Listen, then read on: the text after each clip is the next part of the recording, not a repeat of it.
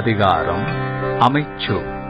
முறைப்படச் சூழ்ந்தும் முடிவிலவே செய்வர் திறப்பாடு இயலாதவர்.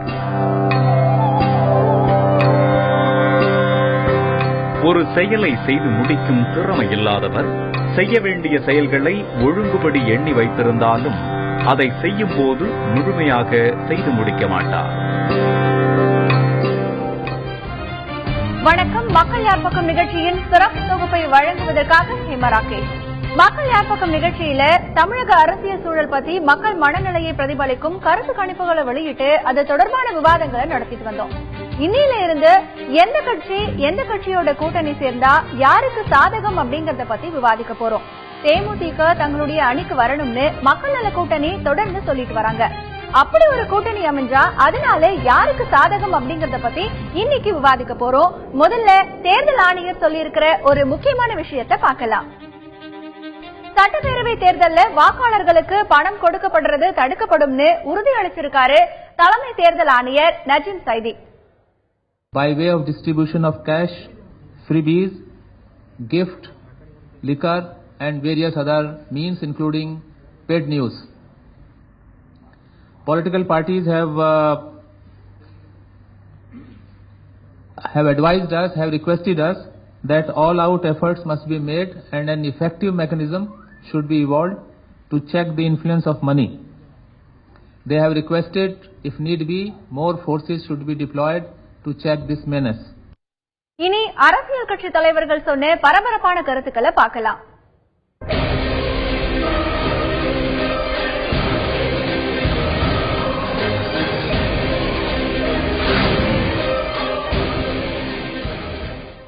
நேற்று முதலமைச்சர் ஜெயலலிதா யாரையும் குறிப்பிடலன்னு சொல்லிட்டு ஒரு குட்டி கதைய சொல்லியிருந்தாங்க.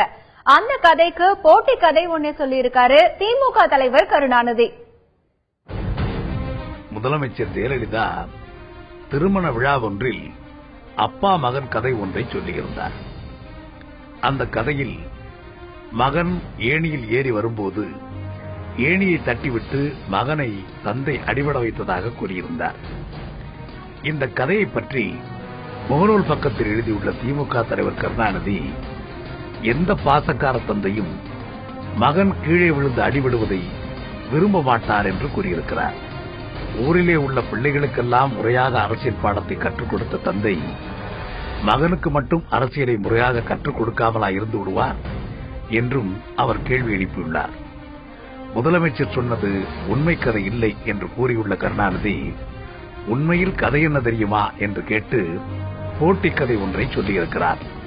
தந்தையும் மகனும் அன்போடும் பாசத்தோடும் இருப்பதையும் அரசியலை முறையாக நடத்துவதையும் கவனித்து வந்த எதிர்வீட்டு பெருமாட்டிக்கு பொறாமை ஏற்பட்டது என்று கூறியிருக்கிறார். ஏணியிலிருந்து மகன் விழுந்து விடுவான் என்று எதிர்பார்த்து காத்திருந்த எதிர்வீட்டு சீமாட்டி மகன் மிகுந்த எச்சரிக்கையோடும் படிப்படியாகவும் கவனமாகவும் ஏணியில் ஏறி வருவதையும் அவன் பத்திரமாக ஏணிப்படிகளில் ஏறி மேலே வர வேண்டும் என்று தந்தை எண்ணுவதையும் பார்த்து மிகப்பெரிய ஏமாற்றத்தை தழுவுகிறார் அந்த பெருமாட்டி என்பதுதான் உண்மை கதை என எழுதியிருக்கிறார் கருணாநிதி. கடைசியாக ஜெயலலிதா சொன்னதைப் போன்றே கதையில் வரும் பேராசை பெருமாட்டியை பற்றித்தான் நான் இங்கே விளக்கினேன். அது யாரோ என்று எண்ணிக்கொண்டு நீங்கள் யாரும் குழம்ப தேவையில்லை என்றும் கூறியிருக்கிறார் கருணாநிதி. நமக்கு நாமே பயணம் முதலமைச்சர் ஜெயலலிதா மனசுலையும் பதிஞ்சிருக்கிறது மகிழ்ச்சி அளிக்கிறதா திமுக பொருளாளர் மு.க. ஸ்டாலின் சொல்லியிருக்காரு. திமுகவோட கூட்டணி இல்லைன்னு சொல்ற கட்சிகளை எல்லாம் வாங்க வாங்கன்னு அழைச்சோமானும் அவரு கேள்வி கேட்டிருக்காரு. திராவிட முன்னேற்ற கழகம் அதிமுக திமுக தவிர்த்து நாங்கள் கூட்டணி அமைப்போம். அவங்கள திமுகவோட எந்த காரணமும் கூட்டணி யாரோ இவங்களெல்லாம் வெத்தலை பாக்கு வச்சு அழைச்சிட்டு இருக்கிற மாதிரி இன்னைக்கெல்லாம் பேசிட்டு இருக்கிறாங்க. திமுகவோட எந்த காரணமும் கூட்டணி யாரோ இவங்களெல்லாம் வெத்தலை பாக்கு வச்சு அழைச்சிட்டு இருக்கிற மாதிரி இன்னைக்கெல்லாம் பேசிட்டு இருக்கிறாங்க. ஆக திமுக சொன்னாதான் அவங்களுக்கு ஒரு மரியாதை வருது. அதனால திமுக அடிக்கடி அவங்க பயன்படுத்துறாங்க. ஆக நான் எதற்காக இதெல்லாம் குறிப்பிட்டு சொல்லுவது சொன்னால், இன்றைக்கு தமிழ்நாட்டை பொறுத்த வரைக்கும் ஒரு நல்ல மாற்றத்தை உருவாக்குவதற்கு இன்றைக்கு அத்தனை பேரும் தயாராகி கொண்டிருக்கிறார்கள். அதிலும் குறிப்பாக இந்த நமக்கு நாமே பயணம் இன்றைக்கு எந்த அளவிற்கு மக்களுடைய உள்ளத்திலே பதிந்திருக்கிறது என்பதற்கு வேற எதையும் உங்களுக்கு அடையாளம் காட்ட வேண்டிய அவசியம் இல்லை. நேற்றைக்கு முதலமைச்சர் ஒரு கல்யாண வீட்டில் போய் ஒரு திருமணத்தை நடத்தி வச்சுட்டு இதை பற்றி தான் பேசியிருக்காங்க. இனிமே துக்க வீட்டுக்கு போனால் தான் பேசுவாங்க போல. அதிமுக பொதுக்குழு நடந்துச்சு, அங்கேயும் ஒரு அரை மணி நேரம் கதை நமக்கு நாமே தான் நேரிலாவே. காங்கிரஸ் கட்சியோட தமிழகத்திற்கான மேலிட பொறுப்பாளர் குலாம் நபி ஆசாத் சென்னை வராராம். அவர் திமுக தலைவர் கருணாநிதியை சந்திச்சு பேச்சுவார்த்தை நடத்தின பிறகுதான் கூட்டணி பத்தி முடிவு செய்யப்படும் சொல்லியிருக்காரு தமிழக காங்கிரஸ் தலைவர் EVKS இளங்கோவன்.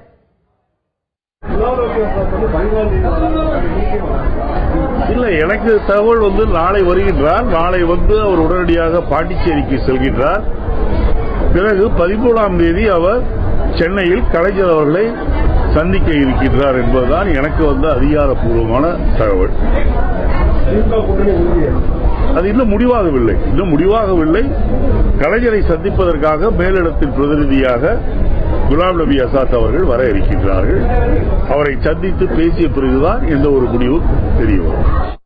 திமுகவோட காங்கிரஸோட மேலிட பொறுப்பாளர் பேச போறதா இளங்கோவன் சொல்றாரு. இன்னொரு பக்கம் பாஜகவோட திமுக சேரணும்னு பாஜகவோட மூத்த தலைவர் சுப்பிரமணியன் சுவாமி சொல்லியிருந்தாரு. இந்த நிலையில திமுகவோட கூட்டணி சேரணும்னு நாங்க கற்பனை கூட செய்யலன்னு பாஜகவோட இன்னொரு மூத்த தலைவர் இள கணேசன் சொல்லியிருக்காரு. திமுக தரப்பிலிருந்து ஸ்டாலின் அவர்கள் பாரதிய ஜனதா கட்சியோடு திமுக கூட்டணி அமைவதற்கு வாய்ப்புகள் இல்லை என்று சொன்னதாக சொன்னார். அதை பற்றி நாங்கள் ஒன்றும் பெரிதுபடுத்தவில்லை. எப்போதுமே திமுகவோடு கூட்டணி வைத்துக் கொள்வது என்று நாங்கள் கற்பனையை நாங்கள் செய்யவில்லை. எப்போதுமே திமுகவோடு கூட்டணி வைத்துக் கொள்வது என்று நாங்கள் கற்பனையை நாங்கள் செய்யவில்லை. டாக்டர் சுப்பிரமணிய சுவாமி ஒரு அறிக்கை தந்தார், அவ்வளவுதான். பாஜக திமுக கூட்டணி பத்தி வர தகவல்கள் வெறும் யூகம்தான்னு தமிழக பாஜக தலைவர் தமிழிசை சவுந்தரராஜனும் சொல்லியிருக்காங்க. அதிகாரப்பூர்வமாக பாஜக திமுக பேச்சுவார்த்தை நடைபெறவில்லை. அதிகாரப்பூர்வமாக அவர் அறிவிப்பை அதிகாரப்பூர்வமாக எடுத்துக்கொள்ளவில்லை. ஆக யூகத்தின் அடிப்படையில் ஒரு கூட்டணியை ஏற்படுத்தி யூகத்தின் அடிப்படையில் அதை மறுப்பு சொல்வதற்கு பாஜக எப்படி பொறுப்பாக முடியும்? அதனால் நான் மறுபடியும் சொல்கிறேன், கூட்டணி பற்றி வரும் தகவல்கள் அத்தனையும் யூகங்கள் தான். கூட்டணி பற்றி வரும் தகவல்கள் அத்தனையும் யூகங்கள் தான். ஆக நாங்கள் என்றாவது இதோடு கூட்டணி வைத்திருக்கிறோம் என்று சொன்னோமா? இல்லை. அதனால் எல்லாம் யூகங்கள். எல்லா கூட்டணியை பற்றிய முடிவு தெளிவான திட்டமிட்டு நடைமுறைப்படுத்தப்பட்ட பின்பு அதை பற்றி நாம் சிந்தித்து செயல்படுவோம். அரசியல் எதிர்காலம் சிறப்பா இருக்கணும்னா தேமுதிக தலைவர் விஜயகாந்த் திமுக கூட்டணிக்கு வரணும்னு சொல்லியிருக்காரு திராவிடர் கழக தலைவர் கி வீரமணி. அவர் இன்னும் எந்த முடிவுக்கும் வராமல் இருக்கிறார். இருந்தாலும் வருகின்ற செய்திகள் அவருடைய கட்சியினுடைய தொண்டர்கள் தோழர்கள் எல்லாம் திமுகவுடன் தான் அவர்கள் இருப்பது விரும்பத்தக்கது என்று தெளிவாக சொல்லியிருக்கிறார்கள். அது மட்டுமல்ல, அவருக்கு இப்போது இருக்கின்ற சூழ்நிலையில திமுகவுடன் இருந்து வெற்றி பெறுவதுதான் அவருடைய எதிர்காலத்துக்கு சிறப்பானது. திமுகவுடன் இருந்து வெற்றி பெறுவதுதான் அவருடைய எதிர்காலத்துக்கு சிறப்பானது. ஒடுக்கப்பட்ட சமூகத்தை சேர்ந்த மக்களுக்கு பொது தொகுதியில போட்டியிட நாம் தமிழர் கட்சி வாய்ப்பளிச்சிருக்கிறதுன்னு சீமான் சொல்லியிருக்காரு. நீண்ட காலமா தமிழ் சமூகத்துல ஒடுக்கப்பட்டு அரசியல் அதிகாரத்துக்கு வர முடியாம நிக்கிற தமிழ் சமூகங்கள், முடி திருத்துறவங்க, துணி விழுக்கிற சலவை தொழிலாளர்கள், இவங்கெல்லாம் தொன்ம தமிழ் குடிகள். அவங்களுக்கு ஒன்றும் பெரிய அரசியல் அங்கீகாரம் இருக்கிறதா இல்ல. மற்றபடி ஆதி தமிழர்கள் அரசியலமைப்பு சட்டம் கொடுத்திருக்க தொகுதி தான் அவங்களுக்கு இருக்கே ஒழிய மற்ற கட்சிகள் அவங்களுக்கு எந்த அளவுக்கு கொடுத்திருக்குன்னு பார்க்கணும். இந்த அரசியலமைப்பு சட்டம் இல்லைன்னா எந்த தொகுதியுமே கொடுக்காம விட்டுருவாங்களோங்கிற மாதிரி தான் இருக்குது. அதனால நாம கூடுதலா இந்த அரசியலமைப்பு சட்டம் இல்லைன்னா எந்த தொகுதியுமே கொடுக்காம விட்டுருவாங்களோங்கிற மாதிரி தான் இருக்குது. அதனால நாம கூடுதலா ஒடுக்கப்பட்ட ஆதி தமிழர்களுக்கு, உழைக்கும் மக்களுக்கு கூடுதலான வாய்ப்பை நம்ம கொடுத்திருக்கோம் பொது தொகுதிகள்ல. வாக்காளர்களுக்கு பணம் கொடுக்கறத பத்தியும் சீமான் விமர்சனம் செஞ்சிருக்காரு. வேட்பாளர் பணம் கொடுத்து வெற்றி பெற்றாருன்னு தெரிஞ்சா அவரை தோல்வி அடைஞ்சதா அறிவிக்கணும்னு அவரு சொல்லிருக்காரு. ஆனா வேணாம், என் வாக்கு விற்பனைக்கு இல்ல அப்படின்னு அந்த உரிமையை நாங்க விக்கிற நிலையில இல்ல அப்படிங்கறத, அதுக்கு என் மக்களை தயார் செய்ய வேண்டியதுதான் இப்ப அவசியம். அதனால இது என்னதான் நெருக்கடி கொடுத்தாலும் நம்ம கடந்த காலங்களில் அவசர ஊர்தியில வச்சு கொடுத்தது, இந்த மாதிரி இதெல்லாம் பாக்குறோம். இப்ப பாருங்க, வெள்ள நிவாரணமாவே இவங்க அந்த வாக்குக்கான காசை கொடுத்துருவாங்க. அது கேட்டா வெள்ள நிவாரணம் சொல்லுவாங்க, ஆனா அது வாக்குக்கான காசா போகும். அது கேட்டா வெள்ள நிவாரணம் சொல்லுவாங்க, ஆனா அது வாக்குக்கான காசா போகும். அது தடுக்கணும். தேர்தல் ஆணையம் இன்னும் முனைப்பா இருக்கணும். அப்படி கொடுத்து வென்றவங்கன்னு தெரிஞ்சு நிரூபிக்கப்பட்டா அவங்களுடைய அங்கீகாரத்தை, வென்றாலும் அது தோற்றதை அறிவிக்கணும். வாக்காளர்களுக்கு பணம் கொடுப்பதை பற்றி பாஜகவோட மூத்த தலைவர் இல கணேசன் கடுமையா சாடியிருக்காரு. பாஜக வாக்காளர்களுக்கு பணம் கொடுக்காதுன்னு உறுதியா சொல்லியிருக்காரு. பணம் கொடுப்பது விழுவிடாக சென்று கொடுப்பது என்பது சகஜமாகிவிட்டது. தயங்கிய வாக்காளர் கூட இப்போது கொஞ்சம் கொஞ்சமாக தயக்கத்தை விட்டு பெற்றுக் கொள்வதும், எப்போது வருவான எதிர்பார்ப்பதும் என்கிற மனநிலைக்கு வந்துவிட்டார்களோ என்ற அச்சம் ஏற்படுகிறது. இது முற்றிலுமாக ஒழிக்கப்பட்டாக வேண்டும். தேர்தல் ஆணையம் தன் சக்தி அனைத்தையும் பயன்படுத்தி பணம் தருவதை தடுக்க வேண்டும். அது போனாலும் நாங்களும் மக்கள் மத்தியிலே பிரச்சாரம் செய்வோம். பாரதிய ஜனதா கட்சி நாங்கள் வாக்காளர்களுக்கு பணம் தர மாட்டோம். ஏன் தர மாட்டோம் என்றால் அவர் கொள்ளையடித்தார்கள், பங்கு தருகிறார்கள். ஏன் தர மாட்டோம் என்றால் அவர் கொள்ளையடித்தார்கள், பங்கு தருகிறார்கள். நாங்கள் கொள்ளையடிக்கவில்லை, பங்கு தரவில்லை. நாங்கள் கொள்ளையடிக்க மாட்டோம் என்று உத்தரவாதம் தருகிறார்கள். ஆளும் கட்சியில இருக்கிறவங்க மீண்டும் நாங்க தான் ஆட்சிக்கு வரணும்னு சொல்வாங்க. மத்த கட்சியில இருக்கிறவங்க நாங்க தான் ஆட்சிக்கு வரணும்னு சொல்வாங்க. இது வழக்கமான ஒண்ணுதான். அவங்க என்ன காரணம் சொல்றாங்க, வாங்க பார்க்கலாம்.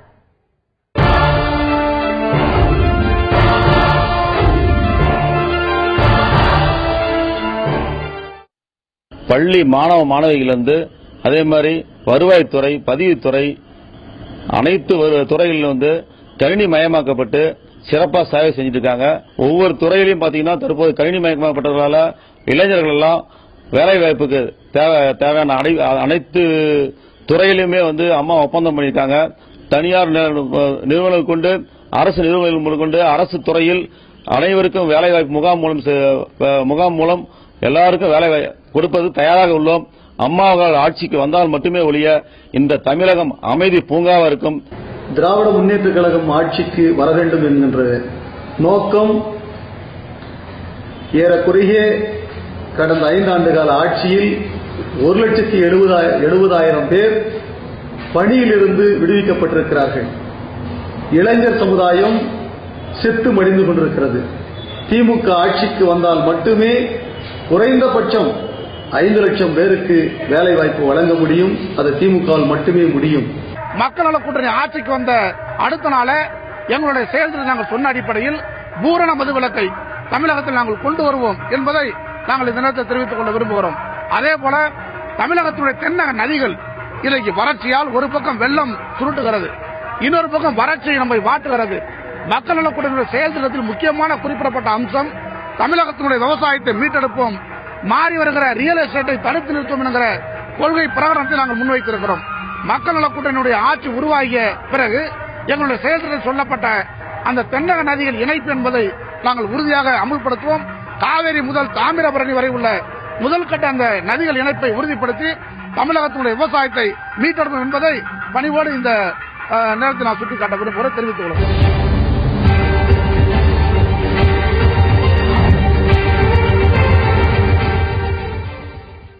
இன்னைக்கு நம்ம பார்க்க போறது மின்துறை அமைச்சர் நத்தம் விஸ்வநாதனோட தொகுதி. திண்டுக்கல் மாவட்டத்தில் இருக்கிறது நத்தம் தொகுதி. இந்த தொகுதியோட சட்டமன்ற உறுப்பினர் நத்தம் விஸ்வநாதன் மின்சாரம் மற்றும் மதுவிலக்குத்துறை அமைச்சரா இருக்காரு. நத்தம் விஸ்வநாதன் கடந்த 1999 நடந்த இடைத்தேர்தலில் வெற்றி பெற்று இந்த தொகுதியில முதன்முறையா வெற்றி பெற்றிருக்காரு. அதுக்கடுத்து நடந்த 3 தேர்தல்களிலும் வெற்றி பெற்றிருந்து தொடர்ந்து இந்த தொகுதி எம்எல்ஏவா இருக்காரு. அவருடைய செயல்பாடுகள் குறித்து அந்த தொகுதி மக்கள் என்ன சொல்றாங்க கேட்கலாம். பாத்துங்க, ரோட பாத்துங்க, ஊர் தெருவை பாத்துங்க, ரொம்ப மார்போட 13வது வார்டு தான் ரொம்ப இருக்கிறதுல மோசமா இருக்குது. இது 12 வார்டு நல்லா இருக்கா? இதே வந்து கோயில்பட்டியை பொறுத்தளவு 4 வார்டு இருக்குது. 4 வார்டுல 3 வார்டு நல்லா உள்ள போனோம்னா வண்ணக்கல் எல்லாமே பண்ணி வச்சிருக்காங்க. ஆனா அந்த மேலத்தெரு வந்து ரொம்ப கேவலப்படுத்தி வச்சிருக்காங்க. வந்து கேட்கறதுக்கு ஆள் இல்ல. நத்த சட்டமன்ற தொகுதிக்கு பெரிய ஒரு வளர்ச்சி திட்டங்களா எதுவுமே அவர் செய்ய கிடையாது. மாறா இடையூறா வேணா செஞ்சாரு வேணா சொல்லலாம். இதுவரைக்கும் நத்த சட்டமன்ற தொகுதி எந்த ஒரு அரசு கல்லூரியும் வரல. அது பொறியியல் கல்லூரியா இருக்கட்டும் அல்லது கலையறிவியல் கல்லூரியா இருக்கட்டும், மருத்துவக் கல்லூரி, எந்த ஒரு கல்லூரியும் இதுவரைக்கும் நத்த சட்டமன்ற தொகுதியும் குறிப்பிட்ட அளவில் வரல. அதற்கு என்ன காரணம்? அவர் சார்ந்த ஆட்கள் இருக்கக்கூடிய தனியார் கல்லூரிகளுக்கு ஆதரவா இருக்கிறனாலதான் வரல. அதுபோதுக எந்த ஒரு அடிப்படை வசதியும், சாலை வசதியை தவிர மற்ற எந்த ஒரு அடிப்படை வசதியும் நீங்க செய்யப்படல. விவசாயத்துக்கான கம்மாய்கள்லாம் கொஞ்சம் ஆழப்படுத்தாம இருக்கு. கிராம பகுதியில் நான் ஒரு சில ஊர்களில் ரோடு வசதி கொஞ்சம் சரியில்லாம போடாம இருக்காங்க. பள்ளிக்கூட வசதி, இது கிராமங்கள்ல ஒரு 1000 பேர் 500 பேர் வேலை பார்க்கறதுக்கான வாய்ப்புகளை இன்னும் இது வரைக்கும் உருவாகாம இருக்கு. இந்த தொகுதிக்கு அமைச்சருங்கிறது எல்லா அளவுக்கும் நல்ல முறை செஞ்சிருக்காரு. எது தேவையோ அனைத்தையும் நல்லா சிறப்புமா செஞ்சு கொடுத்திருக்காரு. மக்களுடைய அடிப்படை தேவை என்னன்னு அறிஞ்சு அதுக்கு தகுந்த மாதிரி பூர்த்தி பண்றாங்க. அடுத்ததா நம்ம பார்க்க போறது பிரமுகர் பார்வை.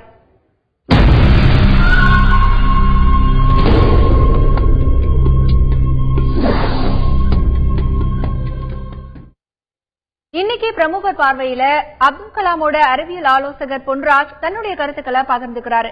இன்னைக்கு இருக்கிற அரசியல் சூழ்நிலையில எல்லாருமே ஒரு மாற்றத்தை எதிர்பார்க்கிறாங்கன்னு அவரு சொல்றாரு. ஒரு மாணவன் ஒரு குடும்பத்துக்கு சொத்து, ஒரு இளைஞன் ஒரு குடும்பத்துக்கு சொத்து, அசெட்.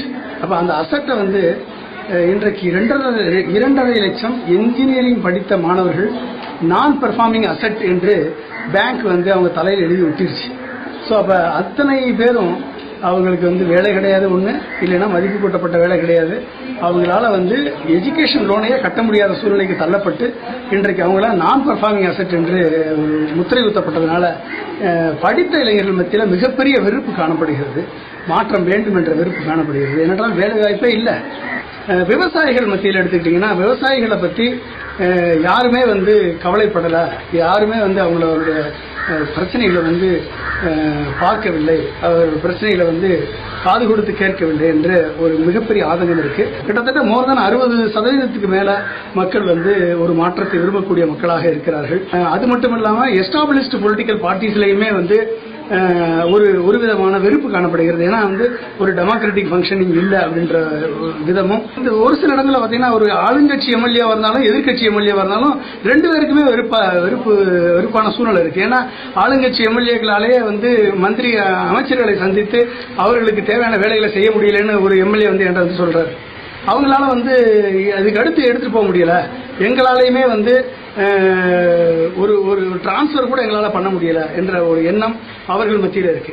இந்த நம்பிக்கை இல்லாத தன்மையை மாற்றி நம்பிக்கை கொடுக்கக்கூடிய ஒரு தொலைநோக்கு பார்வை கொண்ட எல்லாரையும் உள்ளடக்கிய வளர்ச்சி கொண்ட ஒரு மாற்றம் வர வேண்டும் என்ற எண்ணம் இன்றைக்கு தமிழக மக்கள் மத்தியில் ஒரு பரவலாக காணப்படுவதை என்னுடைய பயணங்களின் மூலமாக நான் உணர்கிறேன்.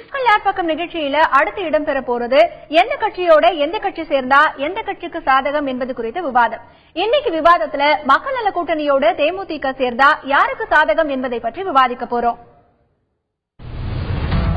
திமுக அதிமுகவுக்கு மாற்றாக மாற்று அரசியல், மாற்றுப்பாதை, மதச்சார்பின்மை, சமூக நீதி, நிலையான வளர்ச்சி, ஊழல் தடுப்பு ஆகிய கொள்கைகளை முன்னிறுத்தி மக்கள் நல கூட்டியக்கம் கடந்த ஆண்டு உருவாக்கப்பட்டது. இந்த இயக்கத்தில் இந்திய கம்யூனிஸ்ட், மார்க்சிஸ்ட் கம்யூனிஸ்ட், மதிமுக, விடுதலை சிறுத்தைகள், மனிதநேய மக்கள் கட்சி ஆகிய கட்சிகள் இடம்பெற்றிருந்தன. இதில் மனிதநேய மக்கள் கட்சி சில மாதங்களுக்கு முன்பு வெளியேறியது. மீதமுள்ள 4 கட்சிகள் இணைந்து செயல்பட்ட மக்கள் நல கூட்டியக்கம் பின்னர் நல கூட்டணியாக கூட்டாட்சி தேர்தலை சந்திக்கவும் தயாரானது. பிரதான கட்சிகளான அதிமுக, திமுகவுக்கு மாற்று என்று சொல்லி முதலாக களமிறங்கும் இவர்களுக்கு செல்வாக்குமிக்க மற்றொரு அரசியல் கட்சி கூட்டணிக்கு தேவை என்ற நிலையில் தேமுதிகவுக்கு அழைப்பு விடுத்து வருகின்றனர். ஆனால் தேசிய கட்சியான பாஜக தமிழகத்தில் செல்வாக்குமிக்க கட்சியான திமுக போன்ற கட்சிகளுக்கே பிடிகொடுக்கவில்லை. விஜயகாந்த் வரும் 20ஆம் தேதி காஞ்சிபுரத்தில் நடைபெறவுள்ள தேமுதிகவின் மாநில மாநாட்டில் தேமுதிகவின் கூட்டணி நிலைப்பாட்டை அவர் அறிவிப்பார் என்று எதிர்பார்க்கப்படுகிறது. மக்கள் நல கூட்டணி எப்படி உருவாச்சு, தேமுதிக மாநாடு நடக்க போகுது, மக்கள் நல கூட்டணியில இருந்து தேமுதிகவிற்கு அழைப்பு விடுக்கப்பட்டிருக்கிறது. மக்கள் நல கூட்டணி தலைவர்கள் போய் பார்த்து பேசிட்டு வந்திருக்காங்க. ஆக தேமுதிக என்ன முடிவெடுக்க போகுது அப்படிங்கறத பத்தியான ஒரு கேள்விக்குறியும் இருக்கு. அதே நேரத்தில் மக்கள் நல கூட்டணியோடு தேமுதிக சேரும் பொழுது என்ன மாதிரியான பலன்கள், அது மக்கள் நல கூட்டணியாக இருக்கட்டும் அல்லது தேமுதிகவாக இருக்கட்டும், என்னென்ன பலன்கள் அளிக்க போகிறது அப்படின்னு பற்றி இன்றைக்கு நாம் விவாதிக்க இருக்கிறோம். இந்த விவாதத்தில் பங்கேற்பதற்காக நம்முடைய நிகழ்ச்சிக்கு 2 விருந்தினர்கள் வந்திருக்காங்க. சட்டமன்ற உறுப்பினர் திரு பீமாராவ் நம்முடைய செய்தி அரங்கிற்கு வருகை தந்திருக்கிறார். அவரை இந்த நிகழ்ச்சிக்கு வரவேற்கிறோம். வணக்கம் திரு பீமாராவ். அடுத்ததாக பத்திரிகையாளர் திரு கோசல்ராம் நம்முடைய நிகழ்ச்சிக்கு வருகை தந்திருக்கிறார். வணக்கம் திரு கோசல்ராம். இருவரையும் இந்த நிகழ்ச்சிக்கு வரவேற்கிறோம். அதற்கு முன்னதாக மக்கள் நல கூட்டணியில் இருக்கக்கூடிய கட்சிகள் மற்றும் தேமுதிக இதுவரை சந்தித்த, அதாவது கடந்த சில 2006 மற்றும் 2011ஆம் ஆண்டு நடைபெற்ற சட்டமன்ற தேர்தல், 2014ஆம் ஆண்டு நடைபெற்ற மக்களவைத் தேர்தல், அவங்க பெற்ற வாக்கு சதவிகிதம் என்ன அப்படிங்கறத கட்சி வாரியா இப்ப நம்ம பார்க்கலாம். முதலாவதா நாம் பார்க்கக்கூடியது தேமுதிகவினுடைய வாக்கு வங்கி. 2006 நடைபெற்ற சட்டமன்ற தேர்தலில் 234 தொகுதிகளிலும் தேமுதிக தனித்து போட்டியிட்டது. 2006 சட்டமன்ற தேர்தலில் விருதாச்சலம் தொகுதியில தேமுதிகவின் தலைவர் விஜயகாந்த் வெற்றி பெற்றார். அடுத்தபடியா 2006 சட்டமன்ற தேர்தலில் மொத்த வாக்குகள் மாநிலம் முழுமைக்கும் பார்க்கும்பொழுது தனித்து போட்டியிட்டு 8.4% வாக்குகள் தேமுதிக பெற்றது. 234 சட்டமன்ற தொகுதிகளிலும் தனித்தே போட்டியிட்டது. அதாவது தனித்து போட்டியிட்டு 8.4% வாக்குகள் வாங்கியிருக்காங்க. அதற்கு அடுத்தபடியா நாம் பார்க்கக்கூடிய விஷயம், தேமுதிகவை பொறுத்தவரை முதலில் இந்த கட்சி தொடங்கும் பொழுது ஆண்டவனுடனும் மக்களோடும் கூட்டணி என்று ஆரம்பிக்கப்பட்டது தேமுதிக கட்சி. அடுத்ததாக 2011ஆம் ஆண்டு நடைபெற்ற சட்டமன்ற தேர்தலில் தேமுதிகவினுடைய வாக்கு வங்கி என்ன அப்படிங்கறத நம்ம பார்க்கலாம். 2011 சட்டமன்ற தேர்தலில் போட்டியிட்ட தொகுதிகள் அப்படின்னு பார்க்கும்போது 41 தொகுதிகளில் தேமுதிக போட்டியிட்டது. 2011 சட்டமன்ற தேர்தலில் வெற்றி பெற்ற தொகுதிகள் அப்படின்னு பார்க்கும்பொழுது 29 தொகுதிகளில் வெற்றி பெற்று எதிர்கட்சி அப்படிங்கிற ஒரு அந்தஸ்து தேமுதிக கட்சி பெற்றது. மாநிலம் முழுவதும் வாங்கிய வாக்கு என்று பார்த்தால் 7.88% வாக்குகளை 2011 சட்டமன்ற தேர்தலில் தேமுதிக வாங்கியது. அதிமுகவுடன் கூட்டணி வைத்து 29 தொகுதிகளில் வெற்றி பெற்றது. அதற்கு அடுத்தபடியா 2014 நாடாளுமன்ற தேர்தலில் தேமுதிக வாங்கிய வாக்கு வங்கி என்ன அப்படிங்கறத பார்க்கலாம். தேமுதிகவினுடைய வாக்கு சதவீதம் 2014 நாடாளுமன்ற தேர்தல் பார்க்கும்பொழுது 14 தொகுதிகளில் தேசிய ஜனநாயக கூட்டணியோட போட்டியிட்டது. மாநிலம் முழுவதும் அப்பொழுது வாக்கிய வாக்கு சதவீதம் அப்படின்னு பார்க்கும்பொழுது 5.13% வாக்குகளை தேமுதிக பெற்றது. அடுத்தாக போட்டியிட்ட தொகுதிகள் அப்படின்னு பார்க்கும்பொழுது 14 தொகுதிகள் போட்டியிட்டது. அதற்கு அடுத்தபடியாக நாம் பார்க்கக்கூடிய விஷயம், மக்கள் நல கூட்டணி என்று பார்க்கும் பொழுது அவர்களும் என்னென்ன வாக்கு சதவீதம் வாங்கியிருக்காங்க அப்படிங்கறத இன்னும் சில நிமிடங்களுக்கு பிறகு நம்ம பார்க்கலாம். இப்போ நம்ம விவாதத்திற்குள்ள போலாம். முதல்ல திரு பீமாராவ் அவர்கள் கிட்ட இந்த கேள்வியை கேட்கிறேன். வணக்கம் திரு பீமாராவ். இப்போ மக்கள் நல கூட்டணியை பொறுத்த வரைக்கும் திமுக அதிமுகவிற்கு மாற்றாக மக்கள் நல கூட்டணி உருவாக்கி இருக்கிறது. தமிழகத்துல வர இருக்கக்கூடிய சட்டமன்ற தேர்தலில் ஜெயிச்சு ஆட்சி பிடிப்போம் அப்படின்னு சொல்லியிருக்காங்க. இப்ப கூட்டணி அப்படின்னு பார்க்கும் பொழுது தேமுதிக எங்களுடைய கூட்டணிக்கு வந்தால் நன்றாக இருக்கும் அப்படின்னு சொல்லியிருக்காங்க. திரு விஜயகாந்த் அவர்களையும் சந்திச்சு போய் பேசியிருக்காங்க. அப்போ மற்ற கட்சிகள் எல்லாம் விடுத்து தேமுதிக தங்களுடைய கூட்டணிக்கு வரணும் அப்படிங்கிற ஒரு நிலைப்பாடை மக்கள் நல கூட்டணி எடுத்ததற்கு காரணம் எல்லா தலைவர்களும் எங்க தலைவர்கள் சொன்னதுதான். நாங்க அந்த தேர்தல் செயல் திட்டம் எங்களுடைய குறைந்தபட்ச அந்த செயல் திட்டத்தை வெளியிடும் போது மக்கள் நல கூட்டணி சிறப்பாக இருக்கிறது, அவருடைய செயல் திட்டம் எனக்கு ரொம்ப பிடித்திருக்கிறது என்று அவர் சொன்னதுனால மக்கள் நல கூட்டணி தலைவர்கள் அவர் போய் சந்திச்சு அவங்களுக்கு சால்வை அனுப்புவது என்பது மரபு. அப்படி சொல்லும் போது மக்கள் நலன் சார்ந்த அதுல கூடுதலாக உங்களுக்கு ஈடுபாடு இருப்பதனால் இந்த அணி வெற்றி பெற வேண்டும் அப்படின்னு சொன்னால் நீங்க நினைக்கக்கூடிய காரியங்கள் நிறைவேற வேண்டும், அதாவது மக்கள் நலன் சார்ந்த காரியங்கள் நிறைவேறும் என்று சொன்னால் நீங்கள் இந்த அணிக்கு வர வேண்டும் என்று அழைப்பது இயல்பானது. எனவே அவருடைய அழைத்தது இயல்பானது. அவர்களுடைய வாக்கு வங்கியோ மற்றது என்பதில்லை. ஒவ்வொரு கட்சிக்கும் ஒவ்வொரு நேரத்தில் வாக்கு வங்கி இருக்கும். உங்க தந்தி தொலைக்காட்சியிலே ஒரு வாட்டி நான் பார்த்தேன். நான் காங்கிரசுக்கு 44.1% வாக்குகள் இருக்கும்போது அது 15 எம்எல்ஏக்கள் தான் இருந்தாங்க அப்படின்னு சொல்லி. எனவே மக்களுடைய மனமாற்றம் என்பதும் மக்களுக்கு நிஜமாக யார் அவர்களை உண்மையிலேயே நேசிக்கிறார்கள், யார் அவங்களுக்கு லஞ்ச லாவண்யம் மற்ற விஷயங்களை செய்வார்கள் என்பதெல்லாம் அதோடு உள்ள இருக்கக்கூடிய பல்வேறு விஷயங்கள் ஒவ்வொரு காலகட்டத்திலும் ஒவ்வொரு விஷயங்கள் என்பது வந்திருக்கு. இப்போ உதாரணத்துக்கு 1967 நிறைய முறை விவாதிச்சாச்சு. ஆனா நம்ம என்ன கேட்கிறோம் அப்படின்னு சொன்னா 67க்கு பிறகு இப்ப 48 ஆண்டுகள் ஏறக்குறைய முடிய போகக்கூடிய ஒரு சூழல் இருக்கு. இந்த 48 ஆண்டுகளும் அதிமுக திமுக தலைமையிலான திராவிட இயக்கங்கள் குறிப்பாக அதை சொல்லக்கூடிய அவர்கள் தான் ஆட்சி தலைமையில் இருக்கிறாங்க. மார்க்சிஸ்ட் கட்சியோ அல்லது மற்ற கட்சிகளோட அவங்களோட உடன்பட வைத்திருக்க எல்லாம் இருக்கிறோம். ஆனா இந்த 48 ஆண்டுகள் இரு கூறுகளாக பிரித்து நீங்க ஒரு வரையறைக்குள்ளே உட்படுத்தினீங்கன்னு சொன்னா இப்போ உங்க தொலைக்காட்சியில் கேட்கும்போது பல இடங்களில் எனக்கு இந்த பேசிக் கம்யூனிட்டிஸ் நிறைய விஷயங்கள் நிறைவேறவில்லை, கல்லூரிகள் இல்லை, படிப்பு இல்லை என்பதெல்லாம் சொல்லப்படுது, வேலைவாய்ப்பு இல்லை என்பதெல்லாம் சொல்லப்படுது. அப்ப 68 ஆண்டுகள் அதாவது இந்த 48 ஆண்டுகள்ல நீங்க ரிவ்யூ பண்ணணும்னு நம்ம கேட்கிறோம். நீங்க பல ரிவ்யூ பண்றீங்க. தந்தி டிவிக்கே சொல்ற வேண்டியது என்னன்னு சொன்னா ஒரு நீங்க அதை கோரிக்கை எடுத்துக்கலாம் இல்ல நிராகரிக்கலாம், அது உங்களோட போர்டோட முடிவு. அது ஆனா என்னன்னு சொன்னா இந்த 48 ஆண்டுகள் திராவிட இயக்கங்கள் என்னென்ன செஞ்சிருக்கு ஒரு செக்மெண்ட் நீங்க போடலாம், என்னென்ன செய்யவில்லை என்பது போடலாம்.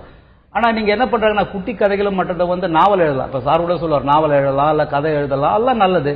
ஆனா ஒரு விஷயத்தை மேற்கோள் காட்டுவதற்கு அது பயன்படுத்துவது என்பது பழமொழி. நீங்க கூட போட்டீங்க ஒரு முதல்ல ஒரு திருக்குறள், நான் ஒரு விஷயத்தை பதிவு பண்ண விரும்புறேன்.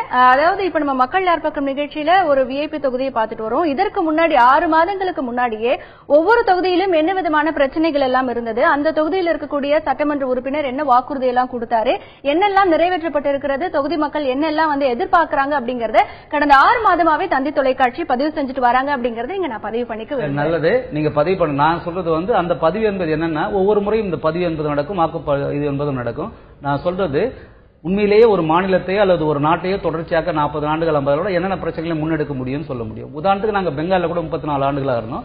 தொழில் வளர்ச்சி இருக்கக்கூடிய தேக்கம் மற்றது வரும்போது நாங்க ஆட்சி இழந்தோம். அப்புறம் மீண்டும் நாங்க வந்து அதை பரிசீலனை பண்றோம். ஏன் வந்து நாங்கள் ஆட்சி இழப்பதற்கு என்ன காரணம்னு எங்களால பரிசீலனை பண்ண முடியுது.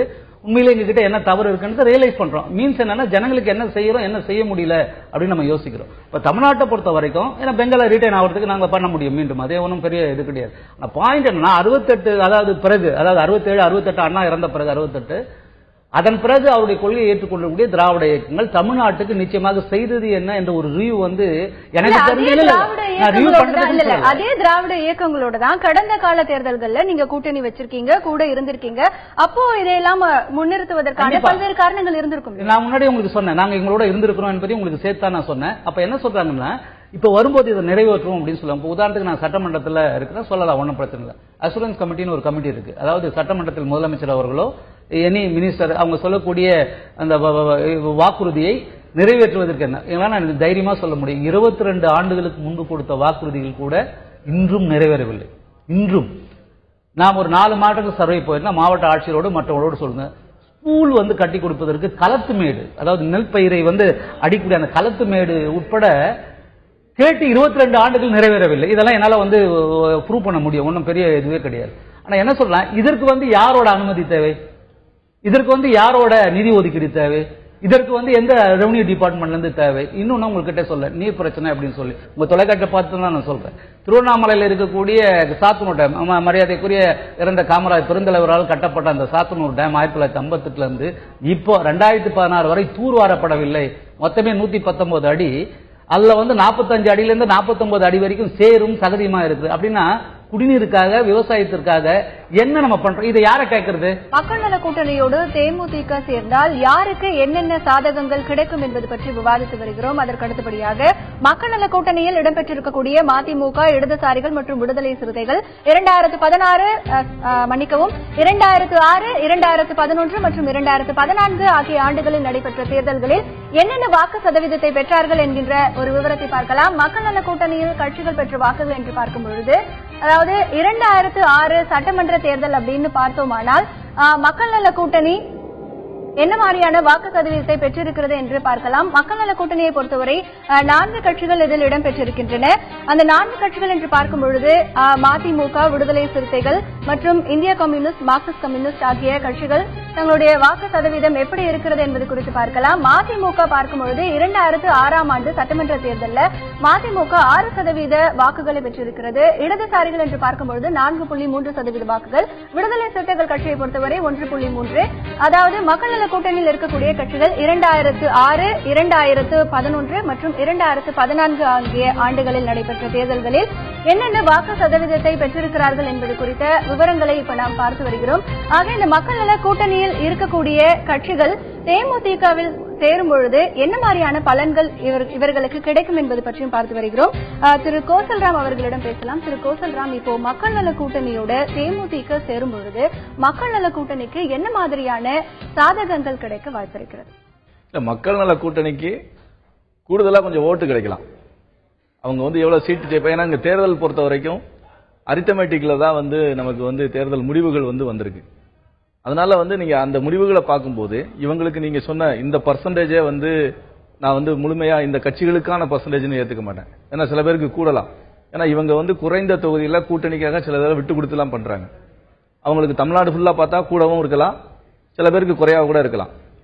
அந்த அடிப்படையில் நம்ம இதை வச்சு பார்த்தோம்னா இந்த நம்பர் வந்து சரியான நம்பர் நான் சொல்ல மாட்டேன். தனியா நிற்கும் போது ஒவ்வொரு கட்சியும் வாங்கக்கூடிய வாக்குகள் இருக்கு இல்லையா, அந்த வாக்குகள் வந்து என்னைக்குமே அவங்களுக்கு மாறப்போறதில்ல, பெரும்பாலும் மாறப்போறதில்ல. அதோட வளர்ச்சி இருக்கலாம் அல்லது அந்த கட்சியோட தேய்மானத்தை பொறுத்த வரைக்கும் அந்த வாக்குகள் வந்து குறையலாம்.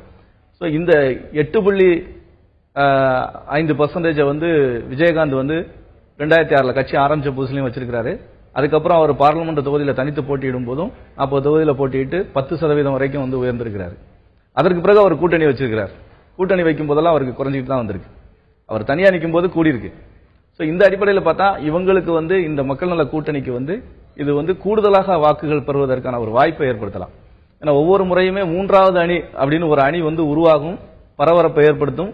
ஆனால் தேர்தல் நேரத்தில் தேர்தல் முடிவுகள் வரும்போது 3வது அணிக்கான வாக்கு சதவீதங்கள் வந்து பெரிய அளவில் இருந்த வெற்றியை வந்து அவங்க கொடுத்ததில்லை. திரு பீமாராவ், நீங்க சொல்லுங்க. இப்ப மக்கள் நல கூட்டணி வந்து சொல்லியிருக்காங்க. இப்போ பாமக பாத்தீங்கன்னா முதலமைச்சர் வேட்பாளர் வந்து அறிவிச்சு அதற்கான பிரச்சாரங்கள் வந்து நடந்துகிட்டு இருக்கு. பல்வேறு கட்சிகளும் அறிவிக்க போகுது. மக்கள் நல கூட்டணியை பொறுத்த வரைக்கும் தேர்தலில் வெற்றி பெற்ற பிறகுதான் முதல்வர் நாங்க தேர்ந்தெடுப்போம் அப்படின்னு சொல்லியிருக்காங்க. அப்போ தேமுதிக இந்த கூட்டணிக்குள்ள திரு விஜயகாந்த் அவர்கள் தேமுதிக மக்கள் நல கூட்டணியோட இணையும் பொழுது நீங்க இந்த நிலைப்பாட்டுல வந்துட்டு இப்படி உறுதியா இருப்பீங்களா அல்லது முடிவுகள் மாறுமா? எங்களுடைய ஒருங்கிணைப்பாளர் வைகோ அவர்கள் அதுதான் தெளிவா சொல்லியிருக்காரு. திருமாவளவன் அதான் சொல்லியிருக்காரு. என்ன சொன்னா நாங்க வந்த பிறகு, ஏன்னா திருமாவளவன் மூலமாக ஏற்கனவே பல தொலைக்காட்சியில் விவாதிக்கப்பட்ட விஷயம் தான் அது. அதுக்குள்ள ஒரு குழப்பத்தை ஏற்படுத்துவது அவங்க தெளிவா சொன்னாங்க. நாங்கள் வெற்றி பெற்ற பிறகு யார் முதல்வர் என்பதை நாங்கள் தேர்ந்தெடுப்போம் அப்படின்னு சொல்றாங்க. அதுதான் சரியானது. ஏன் சொன்னா நீங்க சொன்னது கூட நான் முன்னாடியே சொன்னேன், 44% 15 வாக்கு. உதாரணத்துக்கு ஒன்று சிம்பிளா சொன்னா சரியா இருக்குன்னு நினைக்கிறேன். அகில இந்திய அண்ணா திராவிட முன்னேற்ற கழகம், திராவிட முன்னேற்ற கழகம் அப்படின்னு பேர் வைத்ததுனால அப்புறம் ஆல் இண்டியா பார்ட்டி அப்படின்னு சொல்லிட முடியாது. எனவே அகில இந்திய அளவில் வந்து அதிமுகவுக்கு வாக்கெடுப்பு அல்லது எல்லா இடங்களும் நின்னா அவங்களோட பர்சன்டேஜ் எவ்வளோன்னு நமக்கு தெரியும். எனவே ஒரு எம்பி தேர்தலில் 544, 45 தொகுதிகளில் போட்டுவிட்டு பாராளுமன்ற தொகுதிகளில் அவங்களோட வாக்கு எண்ணிக்கை சதவீதம் அப்படின்னு சொல்லியாச்சுன்னு சொன்னா ரொம்ப குறைவா இருக்கும். ஆனா அவர்களிடம் 37 எம்பி இருக்கு இல்லைங்களா? தமிழ்நாட்டில் மட்டுமே 39னா 37 எம்பி அவங்களால ஸ்வீப் பண்ணி வர முடியுது. எனவே மக்களுடைய மனோநிலை தான் அதுக்கு காரணமே தவிர எக்காரணம் கொண்டு வாக்கு சதவீதம் ஏறும் இறங்கும். அரித்மேட்டிக் என்பது 3, 3, 6 தான். 3, 3, 7ன்னு போட்டா தப்புன்னு சொல்லுவாங்க. இதுதான் அரித்மேட்டிக். பாலிடிக்ஸ் அரித்மேட்டிக் என்பது வேற. இந்த அரித்மேட்டிக் என்பது மனங்களை படிக்க வேண்டியது, மக்களை படிக்க வேண்டியது, இன்னும் பிராய்டு சொன்ன மாதிரி உளவியல் ரீதியாக பார்க்க வேண்டியது. நான் யாருக்கு வாக்களிப்பேன் என்பதை என் மனைவிக்கோ என்னுடைய மகளுக்கோ தெரியாது. ஏன்னு கேட்டா நான் போயிட்டு வந்த பிறகு கூட சொல்லலாம், நான் இன்னாருக்கு தான் வாக்களித்தேன் என்று என் மனைவியை திருப்திப்படுத்துவதற்கு என் மகளையோ என்னுடைய மகனையோ திருப்திப்படுத்துவதாக சொல்லலாம். ஆனால் வாக்களித்தது யாருக்கு என்பது எனக்கு மட்டும்தான் தெரியும். எனவேதான் தேர்தல் கமிஷன் உட்பட ஃப்ரீ அண்ட் ஃபோர் எலெக்ஷன் வந்து நம்ம இது பண்றதுக்கு ஒரு ஜனநாயக நாட்டில் இதெல்லாம் சரிப்படுத்த வேண்டும் என்பதான் முயற்சி. எனவே மக்கள் நல கூட்டணி என்பது உலகத்திலேயே எங்கேயுமே வந்து ஸ்பார்டகஸ் மாதிரி எல்லாரும் உடனே வந்துட முடியாது. அடிமை சமுதாயத்தை ஒழிப்பதற்கு ஸ்பார்டகஸ் வந்து அதுக்கு ஒரு பெரிய இது பண்ணணும். ஒரு ஊடகத்துக்கு முன் தயாரிப்பு இல்லாமல் எதுவும் பண்ண முடியாது. முன் தயாரிப்பு என்பதுனா மக்களுக்கு ஒரு செயல் திட்டம் என்பது நம்ம கொடுக்கிறோம். இந்த கூட்டணி, இந்த வாக்கு சதவீதம் இதெல்லாம் அவர் சொன்ன மாதிரி, ஐயா சொன்ன மாதிரி ஏறும் இறங்கும், இதுல ஒண்ணும் கிடையாது. அப்போ என்ன தேவைப்படுது அப்படின்னு சொல்லியாச்சுன்னா இன்றைக்கு மக்களுக்கு நான் எந்த அளவில் பாதிக்கப்பட்டிருக்கிறேன் என்பதோடு அது சம்பந்தப்படுத்தப்பட்டிருக்கிறது. அப்புறம் நான் என்னுடைய வாழ்க்கை தேவை எதோடு கட்டி அமைக்கப்பட்டிருக்கிறது, என்னுடைய நீர் ஆதாரம் எதோடு இருக்கிறது, என்னுடைய கனிம வளங்கள் எதோடு இருக்கிறது என்பதெல்லாம் சேர்ந்துதான் ஒரு தேர்தலை சந்திக்க முடியும்.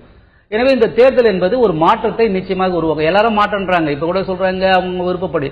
அப்போ மரியாதைக்குரிய கேப்டன் அவர்கள் அல்லது விஜயகாந்த் அவர்கள் ஏன் வந்து இந்த மக்கள் நல கூட்டணி வர வேண்டும் என்பதற்கு நியாயமான காரணங்கள் இருக்கு. நீங்க கூட முன்னாடி ஒரு திருக்குறள் போட்டீங்க, இன்னொன்னு சொல்லலாம்னு நினைக்கிறேன். எப்பொருள் யார் வாய் கேட்பினும் அப்பொருள் மெய்ப்பொருள் காண்பதுதான் அறிவு அப்படின்னு சொல்றாங்க. எனவே நான் ரொம்ப இதுவா பேசுறது என்பது இல்ல, உண்மையிலேயே நான் வந்து ரொம்ப வெளிப்படையா இருக்கும்போது சில பேர் போங்க சாதாரணமா சொல்றேன். ஒரு விஷயம் சொல்ல முடியாது. சாப்பிட வாங்க சொல்லி முடிக்கலாம், அவ்வளவு. நிச்சயமா நேரம் குறைவாக இருக்கிறது. இன்னும் நம்ம விவாதிக்கக்கூடிய விஷயங்கள் அதிகமா இருக்கு. திரு கோசல்ராம், நீங்க சொல்லுங்க, தமிழகத்துல கூட்டணி மக்கள் நல கூட்டணியை பொறுத்த வரைக்கும் இப்போ தேமுதிக வந்துட்டு மக்கள் நல கூட்டணியோட இணைய வேண்டும் அப்படின்னு சொல்லி விருப்பம் மக்கள் நல கூட்டணிக்கு இருக்கு. தேமுதிக வந்து வர இருக்கக்கூடிய காஞ்சிபுரத்துல நடக்க இருக்கக்கூடிய மாநாட்டுல கூட்டணி பத்தி அறிவிப்பாங்க அப்படிங்கிற ஒரு எதிர்பார்ப்பும் இருக்கு. இப்போ தேமுதிக மக்கள் நல கூட்டணியோட சேரும் பொழுது தேமுதிகவிற்கு என்னென்ன சாதகங்கள் கிடைக்க வாய்ப்பு இருக்கு? தேமுதிகவுக்கு இதுல பெரிய சாதகங்கள் இருக்கும்னு எனக்கு தெரியல இந்த கூட்டணியில சேர்றதுனால. ஏன்னா அவன் இன்னைக்கு வந்து அரசியல் வந்து பெரும்பாலும் அதிகாரத்தையும் அந்த எத்தனை எம்எல்ஏக்கள் பெறுகிறோங்கிறத மையமா வச்சுதான் தேர்தலில் வந்து கூட்டணிகள் அமையுது. ஐயா சொன்ன மாதிரி வந்து கொள்கை அடிப்படையில் வந்து கூட்டணிகள் அமையல. இதுதான் யதார்த்தமா நடந்துகிட்டு இருக்கு. அந்த அடிப்படையில் பாத்தீங்கன்னா நம்ம ஊர் தேர்தல்களை வந்து நீங்க ஒரு சின்ன உதாரணமா சொல்றதா இருந்தா, சினிமால வந்து ஒரு ஹீரோ ஒரு வில்லன் ஹீரோவா மாறலாம், ஹீரோ வில்லவனா மாறலாம். அப்படிதான் மாறி மாறி தான் வந்துகிட்டே இருக்குமே தவிர, அப்ப அப்படி ஒரு சூழ்நிலை வரும்போது யார் நம்ம ஊர்ல இன்னொரு தேர்தலில் ஒரு மிக முக்கியமான இன்னொரு விஷயம் என்ன பாத்தீங்கன்னா, யார் ஜெயிக்க கூடாது அப்படிங்கறதுக்காக ஓட்டு போடுறவங்க தான் அதிகமா இருக்காங்க. என்னார் ஜெயிக்கணும் அப்படின்னு ஓட்டு போடுறவங்க இருந்தா ஐயா சொன்ன மாதிரி கொள்கை அடிப்படையில அந்த அணி அமைஞ்சிருக்கும். இதுவரைக்கும் அந்த மாதிரியான அணி அமையாத காரணத்தினால இது அவருக்கு பெரிய சாதகத்தை ஏற்படுத்தாது. அவர் ஒரு வலுவான கட்டமைப்புகளோட உள்ள ஒரு கட்சியோட அவர் கூட்டணி வைத்தால் மட்டும்தான் அவருக்கு இப்போ இருக்கிற 29ங்கிறத அப்படியே மெயின்டைன் பண்றதுக்கோ அல்லது அதை விட அதிகமாக பெறுவதற்கோ ஒரு வலுவான கட்டமைப்பு உள்ள ஒரு கட்சியோட அவர் கூட்டணி வைக்க வேண்டிய கட்டாயத்தில் அவர் இருக்கிறார். தொடர்ந்து பேசலாம் திரு கோசல்ராம். தற்பொழுது மக்கள் நல கூட்டணியில் இருக்கக்கூடிய கட்சிகள், அதாவது மதிமுக, இடதுசாரிகள் மற்றும் விடுதலை சிறுத்தைகள் கடந்த 2011 சட்டப்பேரவை தேர்தல் மற்றும் 2014 நடைபெற்ற நாடாளுமன்ற தேர்தலில் எத்தனை சதவீத வாக்குகள் பெற்றிருக்கிறார்கள் என்பது பற்றி பார்க்கலாம். மக்கள் நல கூட்டணியில் இருக்கக்கூடிய கட்சிகள், அதாவது 2011ஆம் ஆண்டு சட்டமன்ற தேர்தலில் இடதுசாரிகள் 4.4% வாக்குகளை பெற்றிருக்கிறார்கள். விடுதலை சிறுத்தைகள் பொறுத்தவரை 1.5% வாக்குகளை பெற்றிருக்கிறார்கள். 2011 மதிமுக தேர்தலை புறக்கணித்தது. ஆக இந்த இரண்டு கட்சிகளுடைய வாக்கு சதவீதம் மொத்தமாக என்று பார்த்தால் 5.9% வாக்குகளை 2011 சட்டமன்ற தேர்தலில் பெற்றிருக்கிறார்கள். அதற்கு அடுத்தபடியாக 2014ஆம் ஆண்டு நடைபெற்ற மக்களவைத் தேர்தலில் மதிமுக 3.5% வாக்குகளை பெற்றிருக்கிறது. இடதுசாரிகளை பொறுத்தவரை 1.0% வாக்குகளை பெற்றிருக்கிறது. விடுதலை சிறுத்தைகளை பொறுத்தவரை 1.5% வாக்குகளை பெற்றிருக்கிறது. மொத்தமாக இந்த மூன்று கட்சிகளுடைய வாக்கு சதவீதம் என்று பார்த்தால் 6% வாக்குகளை பெற்றிருக்கிறது.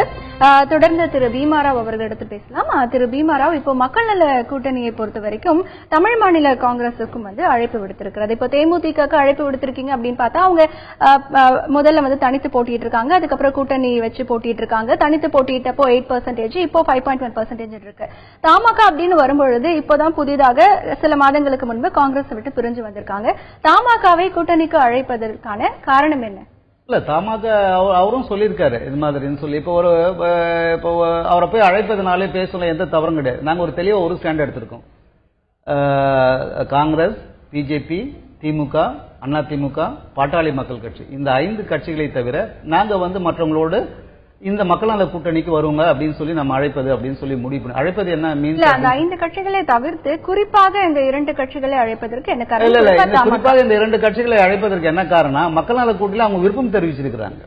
என்ன விருப்பம்னா இவங்க நல்லவங்க, இப்ப உங்க இந்த ஆங்கர் நல்லவங்க அப்படின்னு சொல்றதுனாலயோ அது ஒரு என்னன்னா நல்ல ஒரு மட்டம் கூட கம்பேரிட்டிவ்லி இஸ் பெட்டர் அப்படின்னு நம்ம சொல்றோம். அதுவே தப்பு அப்படின்னு சொல்லியாச்சுன்னா அதை எப்படி ஏற்றுக்கொள்ள முடியும்? அப்ப என்னன்னா அதுதான் நான் மறுபடியும் சொல்ல வரேன். இந்த வாக்குகள் என்பது நீங்க மொத்தமா சேர்ந்து நின்ன பிறகு யாரும் எடுக்கல. ஐயா சொன்ன மாதிரி தேர்தல் முடிந்த பிறகு இன்னொன்னு இருக்கு. ஏராளமான விவாதங்கள் மற்றது தேர்தலுக்கு முன்னாடி பீகார் ஏற்கனவே சொல்லப்பட்ட உதாரணம் அது சரியா இருக்குன்னு என்னோட அபிப்பிராயம். பீகார் நிதிஷ்குமார் அந்த இது தோற்று போய் விடுவார்கள் எல்லா ஊடகங்களும் வடநாட்டு ஊடகங்கள் மிகப்பெரிய அளவு பிரம்மாண்டமாக இது பண்ணாங்க. தே ஆர் வெரி சைலண்ட், அப்படியே தான் இருந்தாங்க அவங்க. அதுக்கப்புறம் அவங்க தான் ஸ்வீப் பண்ணாங்க. இன்றைக்கும் பீகார்ல இருக்கு. அது எப்படி ஆட்சி நடக்குது என்பது வேறு. ஆனா அவர்கள் ஆட்சி அதிகாரத்தை கைப்பற்றினார்கள். எனவே ஆட்சி அதிகாரம் என்பது ஐயா சொன்ன மாதிரி கொள்கை இல்லாம எனக்கு இப்ப நான் ஒரு எம்எல்ஏனா இந்த எம்எல்ஏ பதவியை வைத்து எதை எதை சாதித்துக் கொள்ள முடியும் அப்படின்னு சொல்லி இருக்கிறது முட்டாள்தனமானது என்ற ஒரு விஷயத்தை அப்போ நான் மீண்டும் அதுக்குதான் நான் வரேன். 67 பேர் இப்ப வந்தது ஒரு ஒரு ஒரு கெடு வாய்ப்பாக அமைந்து விட்டது தமிழ்நாட்டில் அப்படின்னு சொல்லுவோம். அது மாதிரி நல்லதே நடக்கலைன்னா நடந்திருக்கு. அதை ஒரு பக்கம் தயவு செய்து பட்டியலிடுங்கள், இதை ஒரு பக்கம் பட்டியலிடுங்கள். எனவே இந்த ஆல்டர்னேட்டிவ் ஏன் தேவை என்பதை வெளிப்படையா வரும். நிச்சயமாக உங்களுடைய கருத்துக்களை பதிவு செய்ததற்கு நன்றி திரு பீமாராவ். மக்கள் நல கூட்டணியை பொறுத்தவரை அதனுடைய செயல் திட்டங்கள் எல்லாம் என்ன, மக்கள் நல கூட்டணியோடு தேமுதிக சேரும் பொழுது என்ன மாதிரியான பலன்கள் கிடைக்க வாய்ப்பிருக்கிறது என்பது பற்றி பல்வேறு விதமான கருத்துக்களை இந்த நிகழ்ச்சியில் நாம் பார்த்தோம். இந்த நிகழ்ச்சியில் பங்கேற்று தங்களுடைய கருத்துக்களை முன்வைத்த திரு பீமாராவ் அவர்களுக்கும் திரு கோசல்ராம் அவர்களுக்கும் நன்றி. மீண்டும் மக்கள் யார் பக்கம் நிகழ்ச்சியில் சந்திக்கலாம். அதுவரை உங்களிடமிருந்து விடைபெறுவது ஹேமா ராகேஷ்.